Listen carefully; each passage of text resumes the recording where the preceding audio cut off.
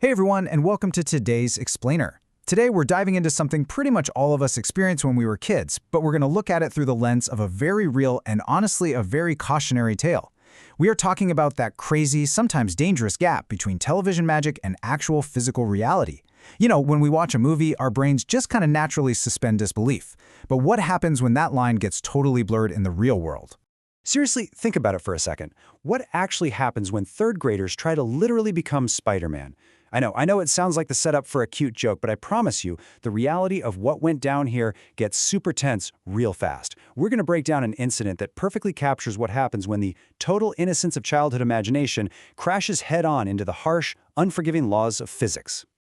Section 1. The Superhero Influence. So, our source material introduces us to Ansh and Vanshika. They're two third graders, and their massive, all-consuming love for TV heavily dictates pretty much everything they do at school. For them, the playground wasn't just a playground, it was a movie set, and the sheer confidence they had was wild. Vanshika is out there claiming she can jump from super high up like Iron Man, and Ansh shoots back, well, I can jump from higher like Captain America. And the thing is, they weren't just playing pretend. They genuinely believed their little bodies could actually replicate these superhuman stunts. Section 2. A Spider-Man Plan. The tipping point for all of this happens right after they watch a Spider-Man movie. They see him effortlessly scaling this massive vertical wall with just a tiny thread of webbing, right? And then he just leaps down from an insane height, totally unharmed. So they get to school, talk it over, and come up with what they honestly think is a completely foolproof plan. Step 1. Ansh is going to bring a thin rope from home. Step 2. They'll tie it to the high roof at school. Step 3. Climb up, just like Spider-Man. And Step 4. Jump down safely. To a third grader, that logic is flawless. They literally viewed the movie as an instructional video. Okay, so the next morning rolls around. While all the other kids are gathered for the morning prayer, Ansh and Vanshika sneak away to this really high wall on the school grounds. They march up the stairs to the roof, tie this remarkably thin piece of rope to something sturdy, and just drop it down over the edge. Now, the obvious question here is, will that thin rope actually hold them? For us, looking at it grounded in reality, we immediately know the physics just aren't going to work. But for Ansh and Vanshika, physics doesn't even exist. Only movie magic exists. And bam, here comes the inevitable reality check. Back down on the ground, Vanshika grabs the thin rope and tries to scale the wall. Unsurprisingly, she can't do it. But Ansh, thinking it's just a skill issue, tells her, "You can't do it, show me, I'll climb." So he aggressively grabs the rope. But guys, it was so incredibly thin that the moment he gives it a forceful pull, snap, it breaks instantly. Their grand equipment totally fails before their feet even leave the ground. Section 3. A Dangerous Attempt. Now, you'd probably think the rope breaking would be the end of the whole thing, right? Nope. Instead of calling it quits, they make a highly dangerous pivot. They figure, hey, if we can't climb up like Spider-Man, let's just skip straight to the finale and jump off the roof instead.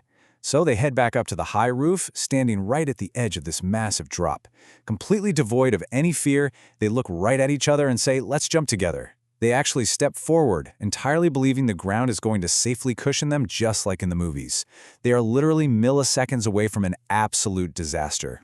Right at that absolute heart-stopping climax, a frantic voice rings out across the schoolyard. "Ansh! Vanshika! Step back from the wall!" It was their teacher. She spotted them right at the edge from a distance and yelled at the absolute top of her lungs, stopping them dead in their tracks. Startled by the sharp command, thank goodness, the two kids immediately took a step back from the ledge. Section 4. The Truth About TV. The teacher rushes over to the roof, totally shocked and terrified. When she demands to know what on earth they were doing, they innocently tell her they were just jumping off the roof like Spider-Man because, nothing bad ever happens to him. Right then and there, she has to immediately deconstruct their entire worldview. She has to explain that, sure, in TV reality, magic webs work and heroes walk away totally fine. But in actual reality, ropes snap, jumping hurts, and gravity is incredibly unforgiving.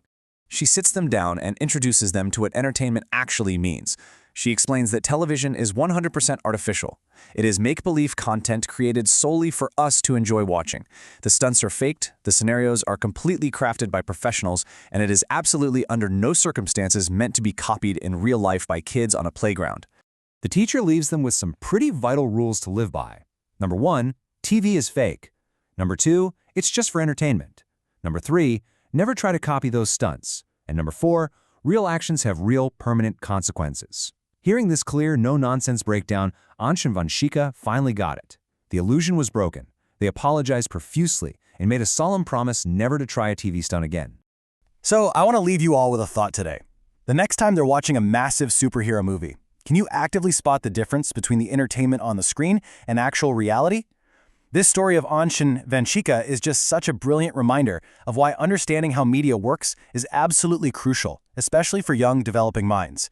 It's so easy to get swept up in the magic, but staying grounded in reality is what actually keeps us safe. Thank you so much for joining me for this explainer.